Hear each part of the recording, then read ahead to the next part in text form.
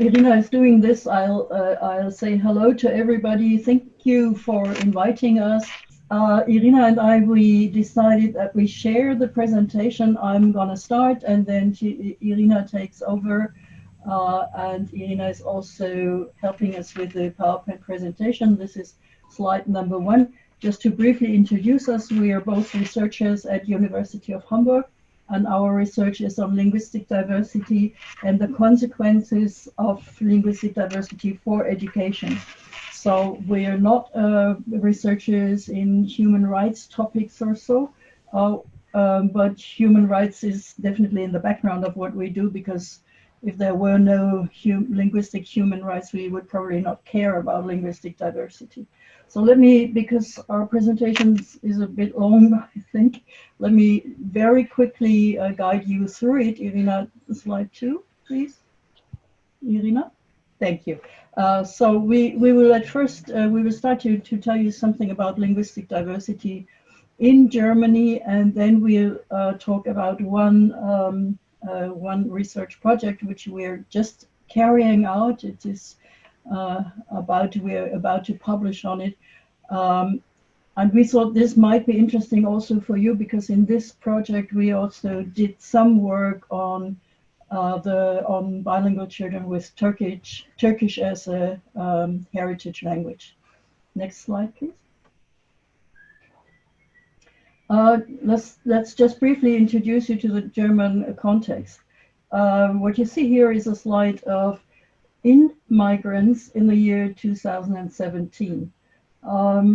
You can't read it, but this doesn't matter. In Germany, you find about 190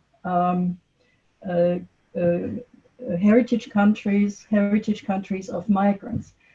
Knowing that the whole world covers about 193 to 196 countries, that depends.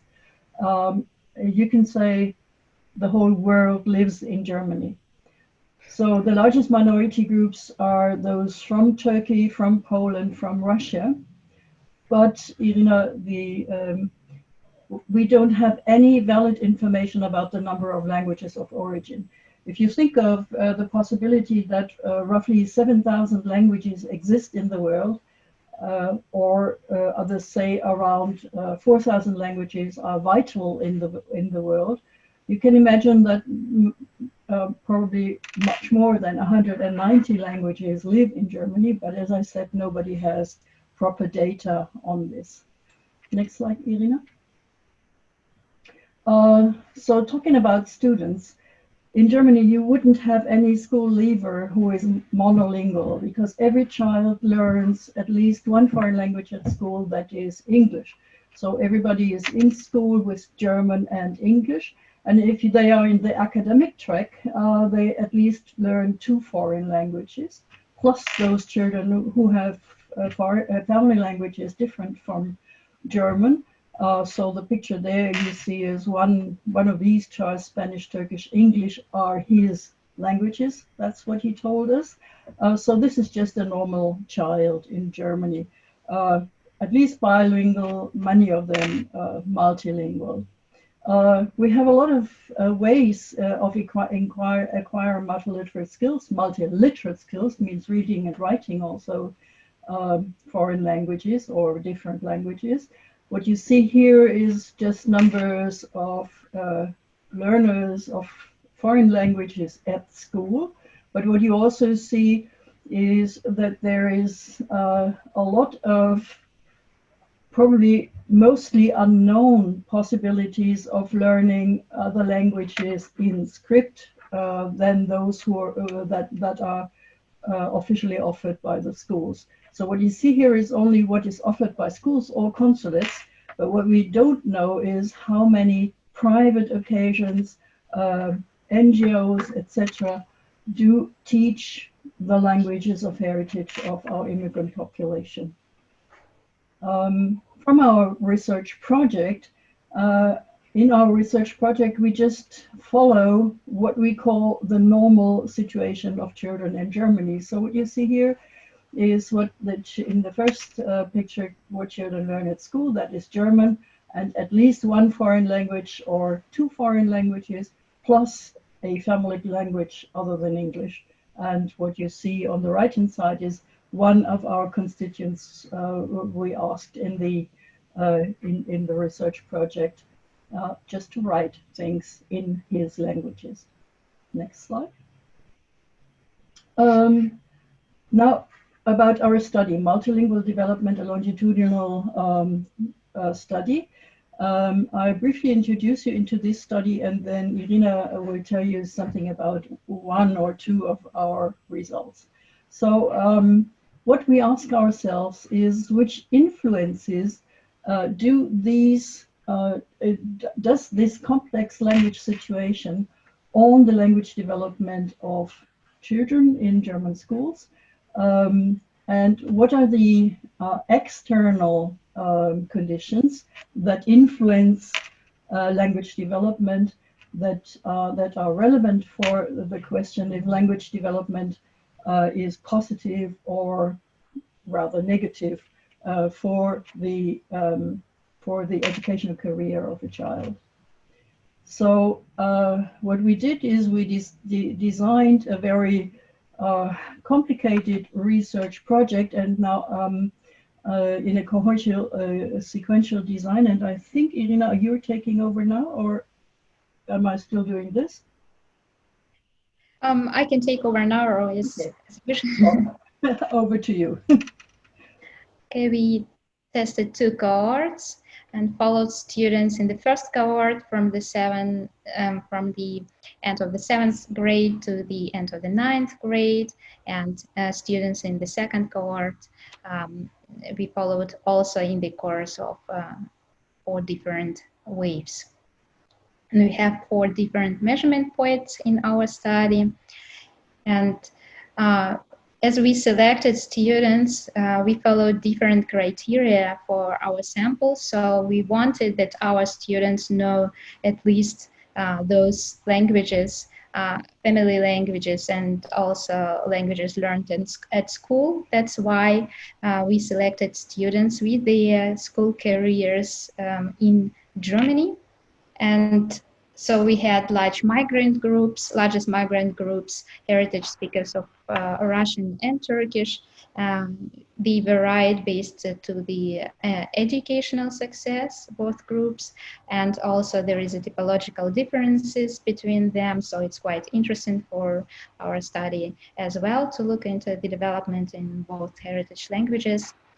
And all students had to start their school careers in Germany at least from the 3rd grade.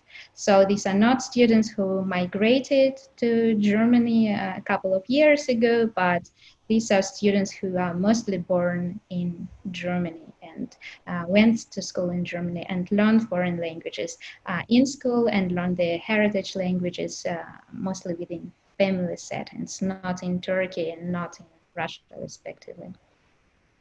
So as Ingrid already told you, we investigated a number of languages, which is German, heritage languages, Russian and Turkish, foreign language English, and the second foreign language French, either French or Russian, depending on the courses student attended at school.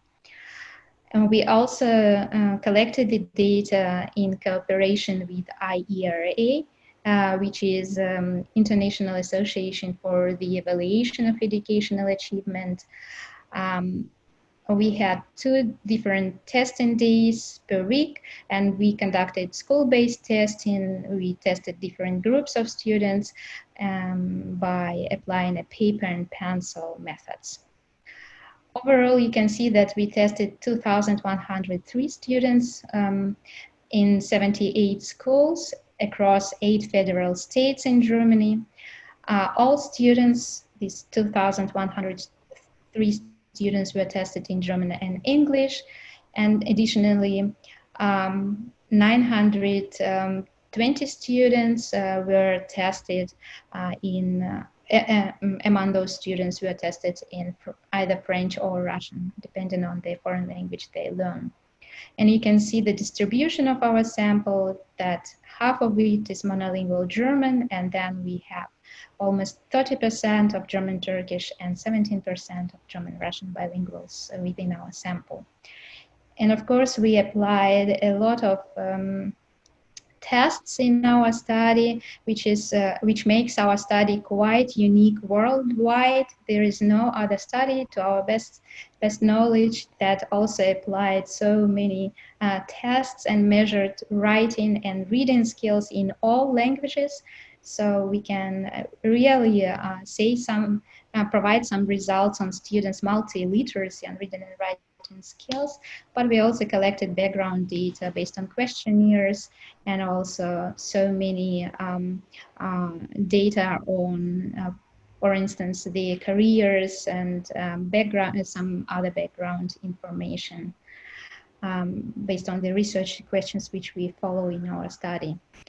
But today we would like to show one finding from our study, which is on writing, and that's why I will introduce you very briefly our tests which we applied for writing. It is a pictorial stimuli task, consists of 9 pictures. Students were asked to describe those pictures. It aimed at eliciting expository writing in different languages. They wrote their texts in German, Turkish, Russian, and English and French. And we analyzed all those texts based on the model, indicator model, which we developed within our study. So overall, you can see these large numbers of texts which we got over the course of 4 different waves.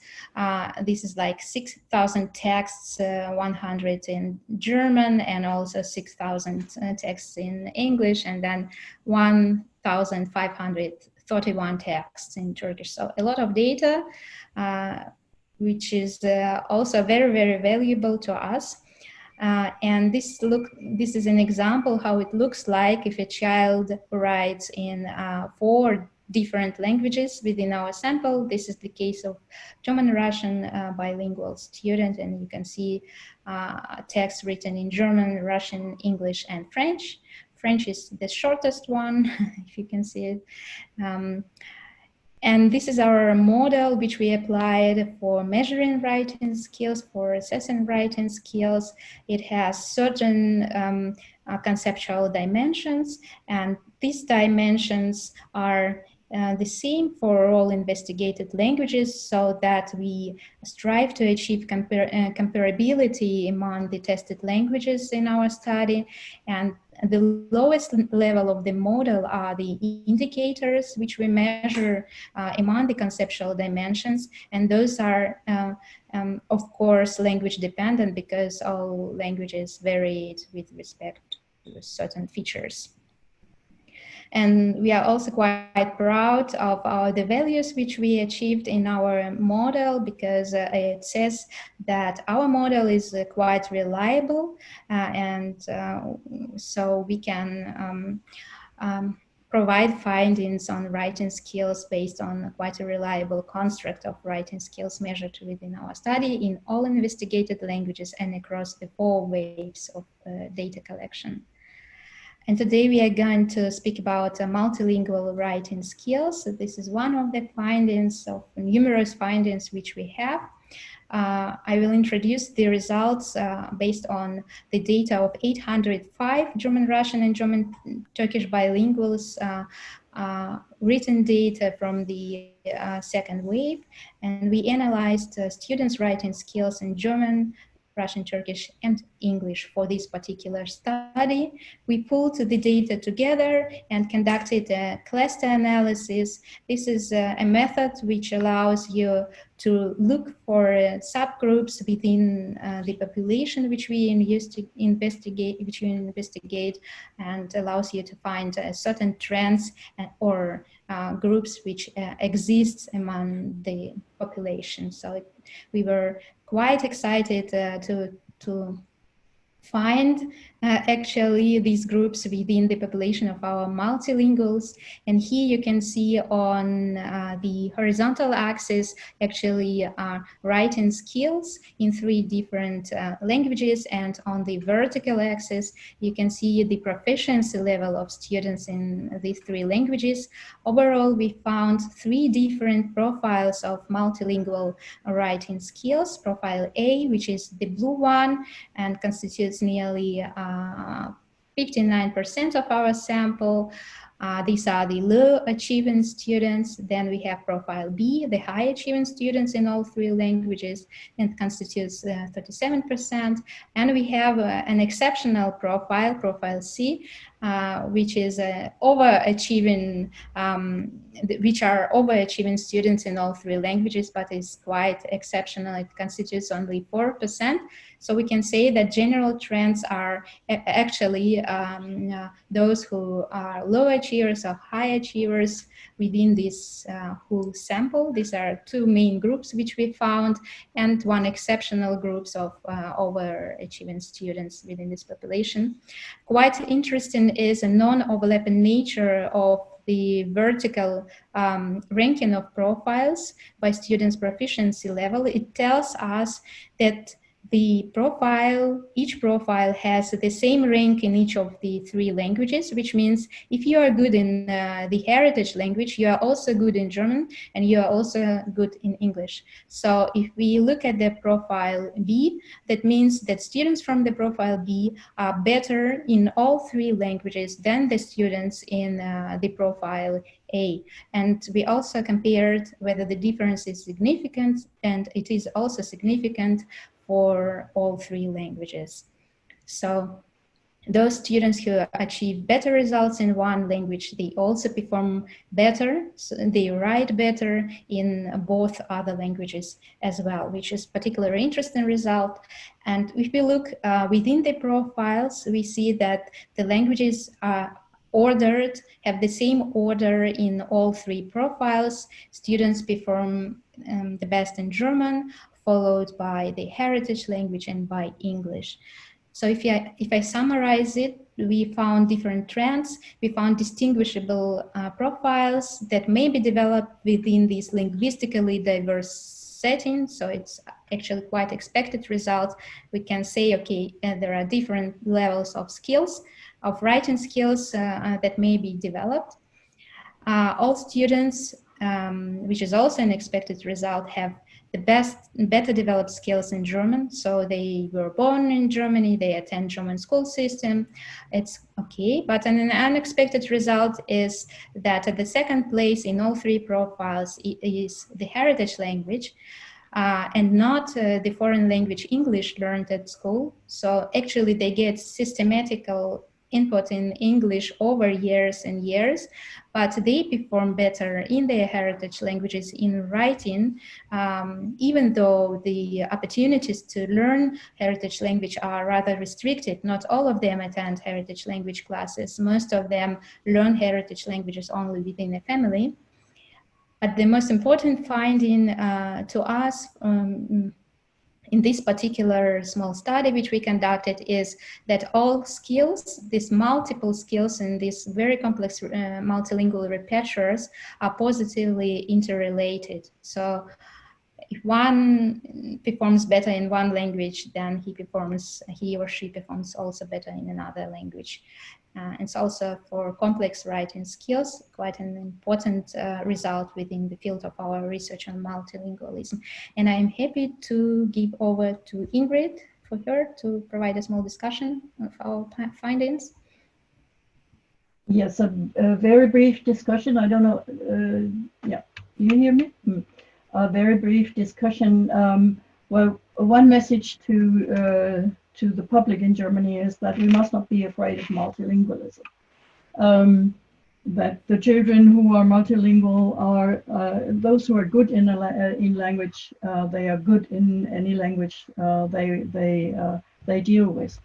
An important finding is that the potential of writing seems to be a comprehensive skill. So that students who perform high in one language also perform high in the other languages. Although there is a lot of restrictions, as Irina said, for example, the restriction that many of these children never had any kind of formal introduction into literacy, into writing skills.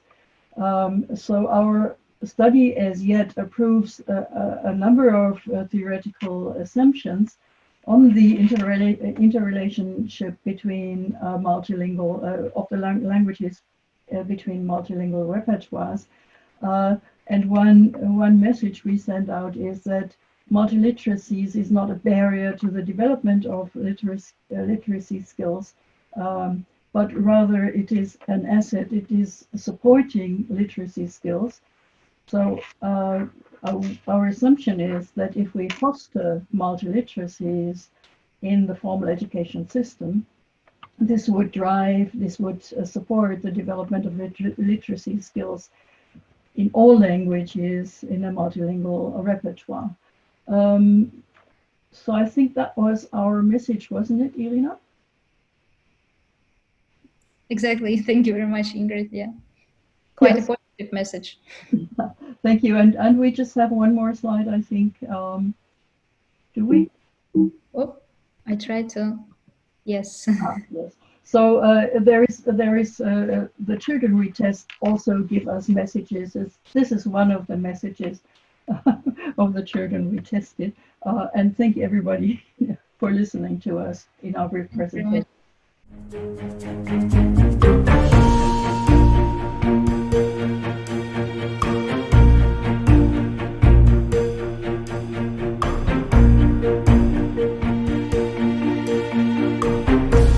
Thank you very much for the invitation. This is really when I look at the program, the talk following my talk, the talks you have tomorrow, and the talks you have next week is all very thrilling. It's a bit of a pity that this came on such a short notice. So I kind of have the impression that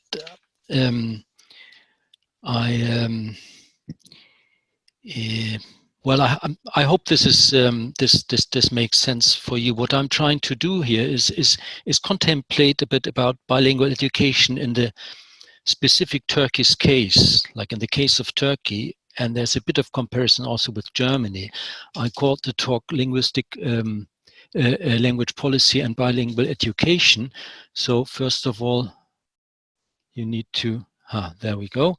What do I mean of language policy? I'll follow the definition of Harald Schiffmann, which I find very clever, because it tells us that language policy is not just what some ruling people tell us has to happen with regard to let's say multilingualism in a society, but that language policy is something which a society kind of creates for itself, and that it is the set of positions, principles, and decisions reflecting that community's relationship to its verbal repertoire and communicative potential. And in the case of Turkey, and also in the case of Germany, of course, this verbal repertoire and communicative potential consists of many languages, is multilingual. My starting point is a starting point which I would actually like to sort of enlarge a bit more, but I thought about it this morning whether I should, but I decided not to. Starting point in Turkey, a significant number of children which start school have a family language different from Turkish. That's the Turkey's case. These children are in danger of low educational success, not only, but also due to insufficient educational support in the development of the second language, Turkish. And this is when you sort of look at the publications of the Eğitim Reformu Girişimi in the last couple of years, and I think there's one issue from Eğitim Reformu Girişimi here as well, which I think they have very, very value dates about educational success in Turkey, and it makes sense to sort of critically read them. And what you can draw from this is that there must be some kind of relationship between insufficient educational support or low educational success and insufficient educational support in the development of the second language, Turkish. It's not said openly, but that's how it looks like. But we can come back to that, of course. Now, the current legal situation in Turkey is pretty clear. I do not need to say much about it. What I think is important to note is that there is a growing public discussion in Turkey also about the relationship between educational failure and monolingual habitus of the institutions and their agents. Now, the social linguistic situation, as it is in Turkey, but I think also in Germany, but to a different extent, in my eyes, can be captured with the term register. Register is the practice of language use formed by social context. Practice of language use, for example, formed by regional context would be a dialect. A register is something which is formed by social context, and I base my assumptions about register on Otsmas, who makes a distinction between three, let's say, social domains which shape like three major registers. Of course, we can go into details here, and but anyway, we can start with these three domains. The first being informal private, that is the register used in the family, in the peer group, in social network at micro or meso level, spoken level. The second register is the informal public, the market, if you want to put it that way. That is the way people use language and the languages they choose between different social groups in public space, in the market, in cooperation and trade, and also written in particular in social media, not media, sorry, there was one media too much. And the third register is that which is formal public, which is the language, the practice of language use in government, administration, education, science, the institutions of the society, where the society, let's say, kind of institutionalize itself. In form of a graph, we can look at this in this way, and when we look at the languages used in these different social contexts, the registers, we see in public formal registers, it is oriented, the language use is very much oriented towards standard Turkish, and the written language use is written standard Turkish. When we look at the informal public register, we have regional varieties of spoken Turkish being used in certain areas, also regional variety of other spoken languages, written media, standard Turkish, but also an emergence of media in certain other language, emerging standards. And I look particularly at Kurmanji here. And then when we look at into the informal private register, regional varieties of spoken Turkish and of many other spoken languages are used in the families, of course. And there's a couple of questions of functionality, variety, and attitude that arise from the social linguistic situation. First of all, a restricted functionality of written standard and minority languages due to the social linguistic situation. Then, a high dialectal variety of minority languages in Turkey due to restricted functionality of written standard, a low status of the minority languages due to legal situation, monolingual habitus, due to restricted functionality because of equation with weak socioeconomic situation of speakers, maybe, and maybe also the speakers themselves have this approach to their own language. But this may be, and this is, I think, this is a very important point. This may be different in different geographical regions of Turkey. So in the southeast, and I think this article by Şeref Derince is very valuable here. I think he's not here today. This article by Şeref about the different what was the title of the article? One Language, Two Contexts, Kurdish in Bakur and in Western Turkish metropolises, where you see very much strong differences with regard to the functionality of the minority language Kurmanji. And this is particular in the Turkish case, I found, when you compare it to Germany. And what we need here is research necessary, which is research that investigates variation and use of minority languages as well as attitudes of speakers.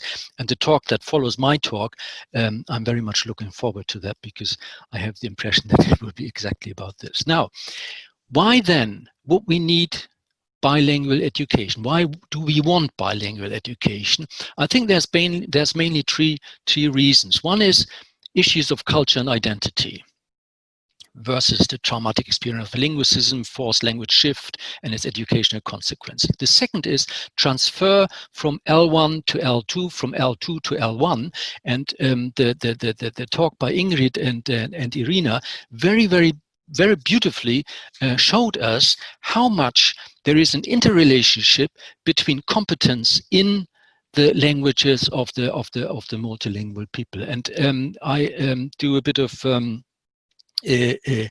advertisement of my own work here, together with colleagues.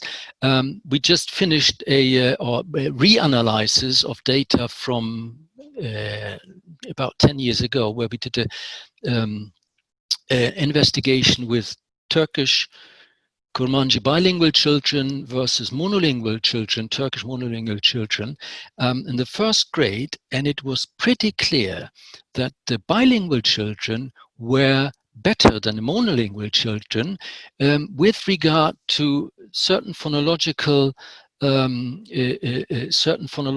awareness regarding syllable structures, Turkish syllable structures, the analysis of syllable structures, and the consequences which this has for writing. And this is, so the bilingualism here, really, the Kurdish-Turkish bilingualism here really is the resource import of the acquisition of literacy also in Turkish. Now, I think this is important. And then the third aim for bilingual education, of course, functional bilingualism on a high level, biliteracy and its societal gain. What is important here is, of course, the intertwining of these three. Now, when you look at Turkey, at Germany, what kind of education for bilingual children do we have? We have quite a heterogeneity of approaches: soft submersion into L2, soft submersion into L2 supported with L1 education, and then bilingual education, early but not total exit of L1, coordinated or consecutive literacy education, bilingual education, late exit of L1, but that's pretty rare. But note the differences between Germany and Turkey, and I already sort of tried to say something about that. In Germany, we have multilingualism in urban areas in particular as a result of recent exterior migration, like migration from abroad, if you want to put it that way. And we have more or less no regional concentration of particular languages. Now, when you look at Turkey, however, in Turkey, we can speak of multilingualism as part of the historical and cultural heritage. There is a high number of bilingual speakers in particular geographic regions in Turkey. And multilingualism in urban areas in the West is rather a result of more recent interior migration, except for non-Muslim minorities. So there's a difference between Germany and Turkey with regard to the, let's say, the distribution of multilingualism.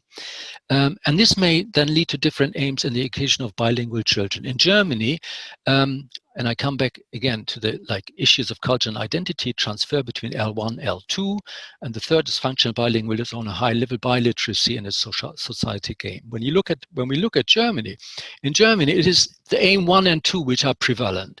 The ultimate aim is the educational success in the second language German.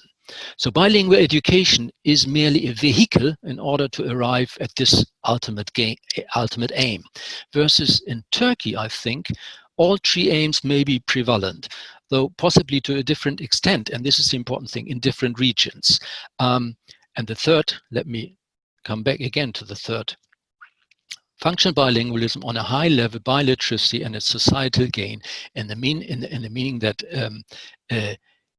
in certain regions of Turkey, bilingual education may lead to some kind of balanced bilingualism of the society. So there is a need to differentiate in the discussion. The aims and appropriate models of the education of bilingual children may differ according to different regions, according to different speaker communities. Thank you very much.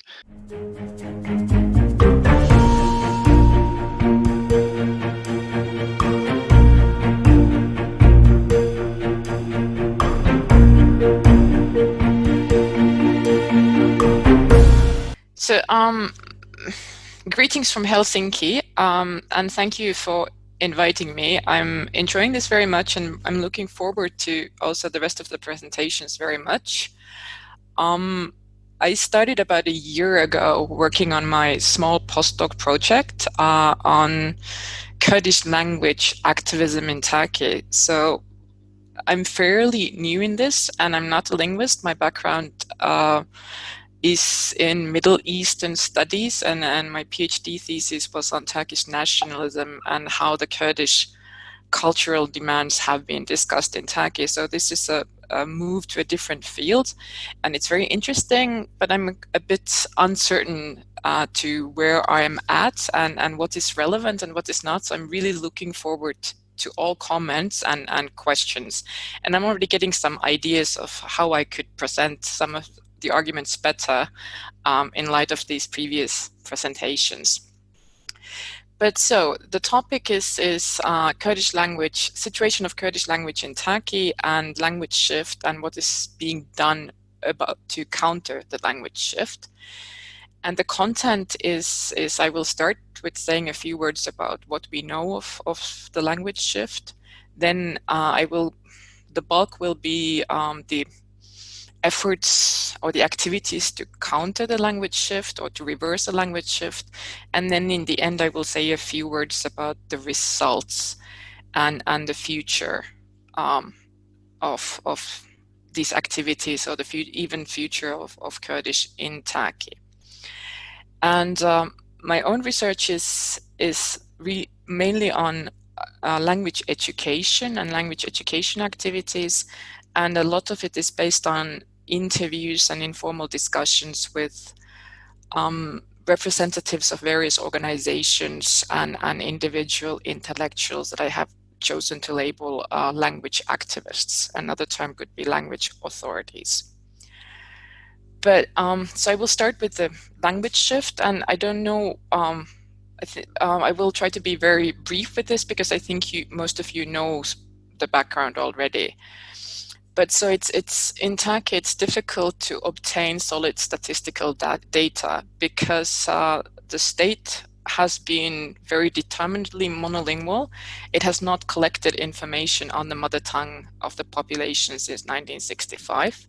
So often it's sort of anecdotal that when language shift is discussed, is that you hardly ever hear Kurdish spoken in Diyarbakır, because we don't really know for sure how many people used to speak Kurdish and then how many people speak it now, and then what is their level of fluency. A groundbreaking study in this regard was, I think most of you probably know it, was the Konda study conducted in 2006, where about 13% of the respondents, and the sample was very big, stated that Kurdish or Zaza is their mother tongue, and 10% of the respondents said that it's a language they use daily. So some people chose it as mother tongue but did not use it daily. And then also 9% of the respondents that chose Kurdish or Zaza as their identity chose Turkish as their mother tongue. So a language shift had taken place.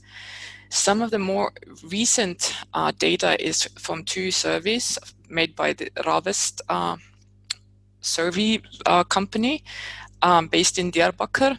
And according to them, almost 80% of Kurdish parents consider themselves fluent in Kurdish, but only 24% use Kurdish as the main language in communication with their children.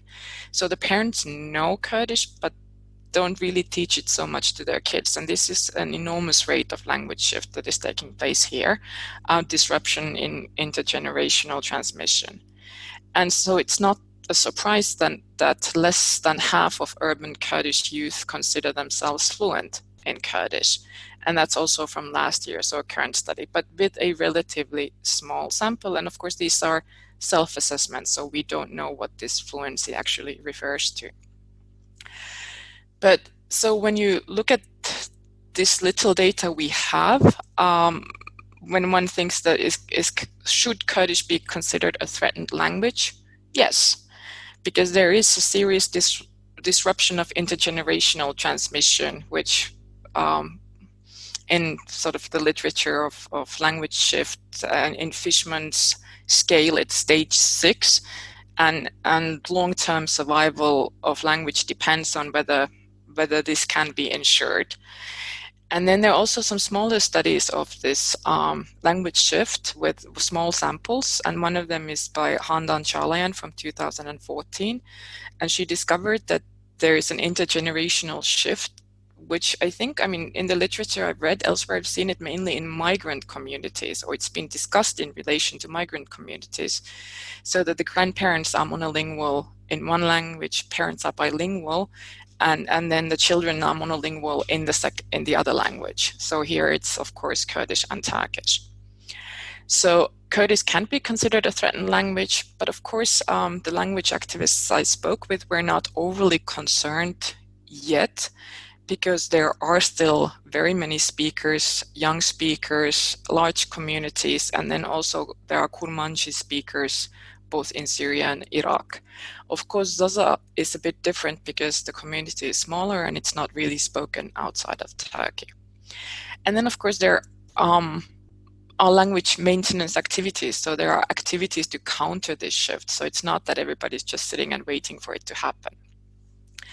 And here's just a very short, I will skip most of it, just about the timeline that actually the emphasis on language and culture is relatively recent. I mean, the Kurdish movement and the Kurdish movement in a very wide sense did not emphasize them as main aims before, but new both organizational and other dynamism only emerged in the 2000s, really. Before that, the Kurdish cultural sphere was very limited.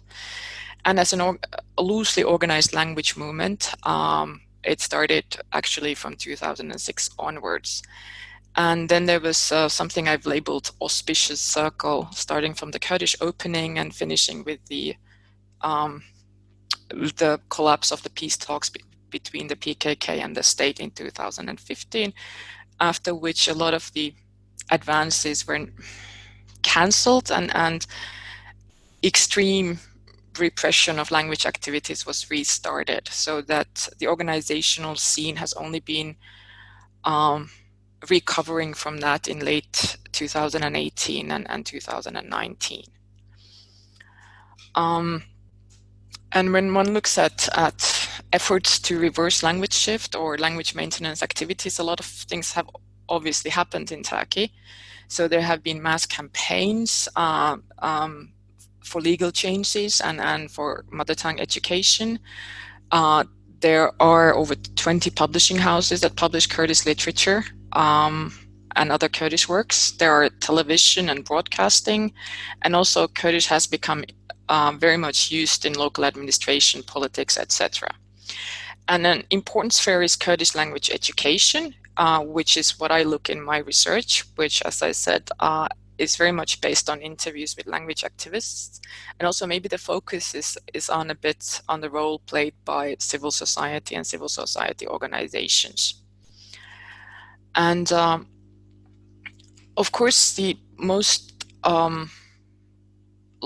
in long-term activity have been adult education Kurdish language courses, which have been offered by a multitude of organizations over the years, and they have reached tens of thousands of people. So tens of thousands of participants have either learned their mother tongue as an adult, or they learn to read and write their mother tongue. And because the scale has been so large, this has brought a lot of, how would I say, benefits when one looks at reversing language shift. Because of course, one aim is to increase the number of speakers. And it's also very important to increase number of young speakers, so speakers who are in the childbearing age, and most of the participants have been either students or university students or young professionals. And then by increasing the number of people who can read in Kurdish, you also create a new public for the publishing companies and Kurdish language publications. So the publishing houses can sell them because people read them. And then they have also contributed to having a pool of people who have good Kurdish skills who can then enter university Kurdish programs. And then also they have been a way to recruit more activists into the language movement, because these organizations mostly work on volunteer basis with very small funding. So they need the volunteers, and most of the volunteer teachers are graduates from the programs of the organizations themselves. So this has been a very influential way for the community and for the activists to work to reverse the language shift. Another important development has been the development of Kurdish studies in Turkey. So by now, Kurdish studies are in 7 universities. And of course, this has a huge practical and symbolic importance. I mean, practical in the sense that Kurdish as a language is being studied more, be researched more, and there are publications of Kurdish and in Kurdish. And you produce more experts on the language. And then of course there's a symbolic importance of Kurdish being used in yet another high domain or formal public register. So academia and scholarship happens now also in Kurdish, because it's possible to submit one's master thesis in Kurdish. There have been a lot of difficulties on the way, because the Ministry of Education has refused to hire the graduates as teachers of Kurdish for the elective courses at schools, and also teachers and scholars have been fired by the decree laws. So it has not been an easy going, but it is very important for the continuation of Kurdish in Turkey. And I mean, it's kind of sad, but also to think that the symbolic importance is also about it finally having been proven in Turkey that Kurdish is a real language, that it's a proper language and not a degenerate mixture of Persian and Arabic, as was claimed by the Turkish nationalists. Because if it's taught at university, I mean, it obviously is a proper language. And then the third sphere is elective Kurdish classes at schools. So they were started in 2012 from 5th to 8th grade, 2 hours a week. Once again, it's difficult to find the most recent numbers of how many students there are, but not very many. The last figures that were published, I think, were for 2015 and 16, and there were only 77,000 students who had chosen Kurdish, either Kurmanji or Zaza. And when one looks at the current print runs of the primers, it's probably even less nowadays, probably about 60,000 or less for Kurmanji, and of Zaza, I don't know. When one considers that there are probably more than 15 million Kurds in Turkey, and that the estimation is that in 2010, 2 million children participated to the school boycott demanding mother tongue education. So now that there is some classes in Kurdish, okay, from 5th grade to 8th, 2 hours a week, it's not very much, but why aren't they choosing it?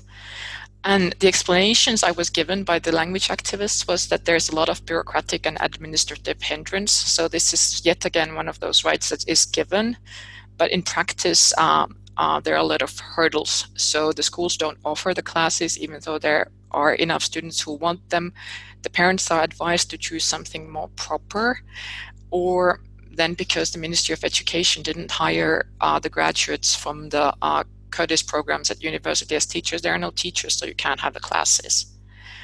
Another explanation was given as the poor image, low status, and limited functionality of Kurdish.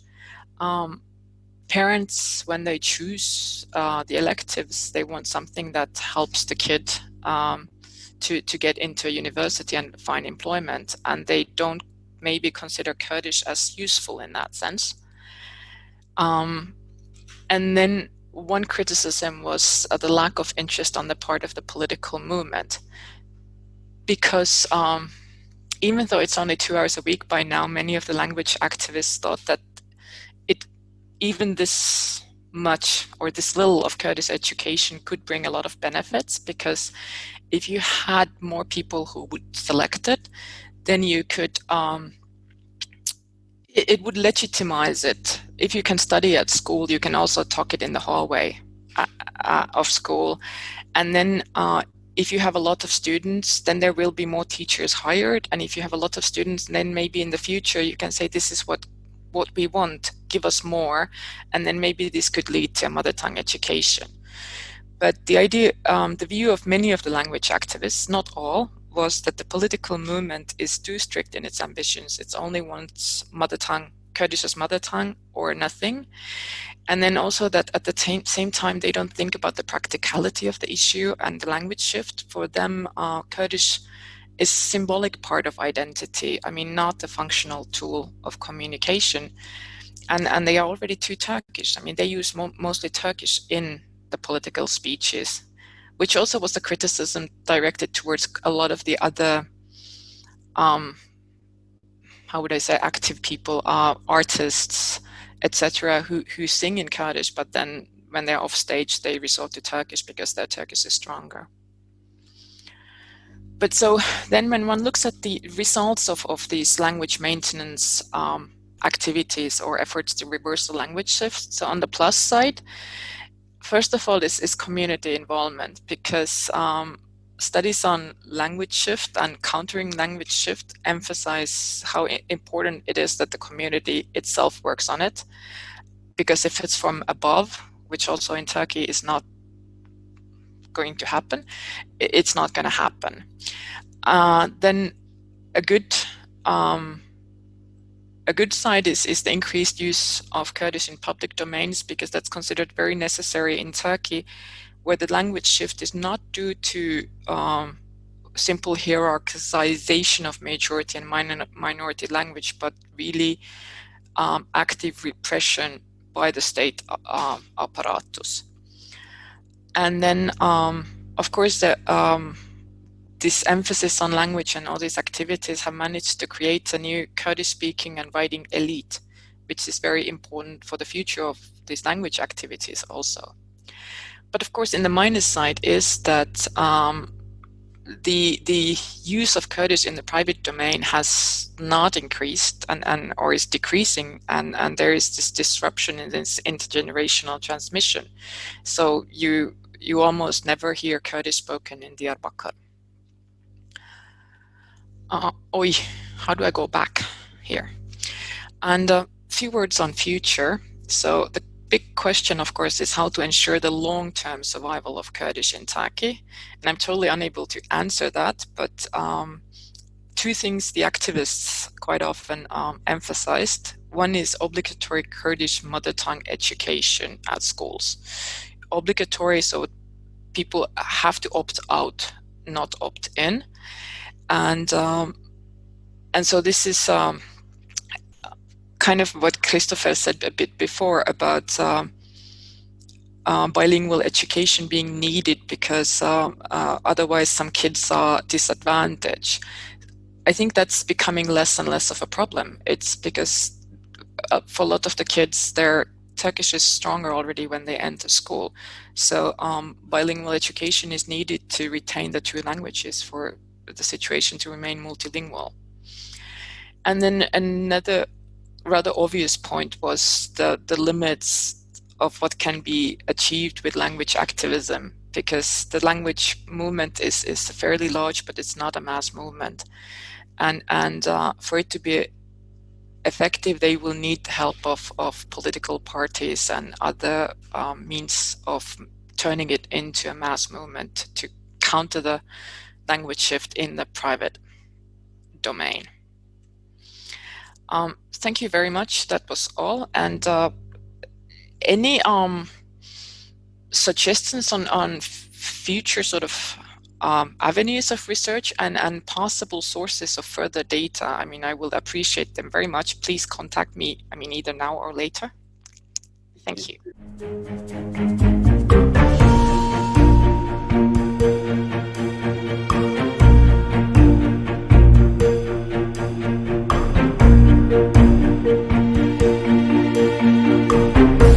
Yeah, first of all, I would like to welcome everyone from my location in Vienna. To start the discussion, I would like to summarize some important points from the presentations and suggest some questions to start with. During the summarizing process, we may even come to issues that should be addressed by research and education policy in Turkey from a human rights perspective. By human rights, I mean, among other things, that it is possible to develop languages that are deeply rooted in society and widely spoken into educational languages, and to use them in the public sphere. I also mean that it must be ensured that no one is discriminated against or disadvantaged on the basis of language, and that full linguistic participation by linguistic minorities and also migrants and refugees must be secured in all institutional contexts. I would now like to suggest 4 levels in analytical terms, along which we could begin to discuss.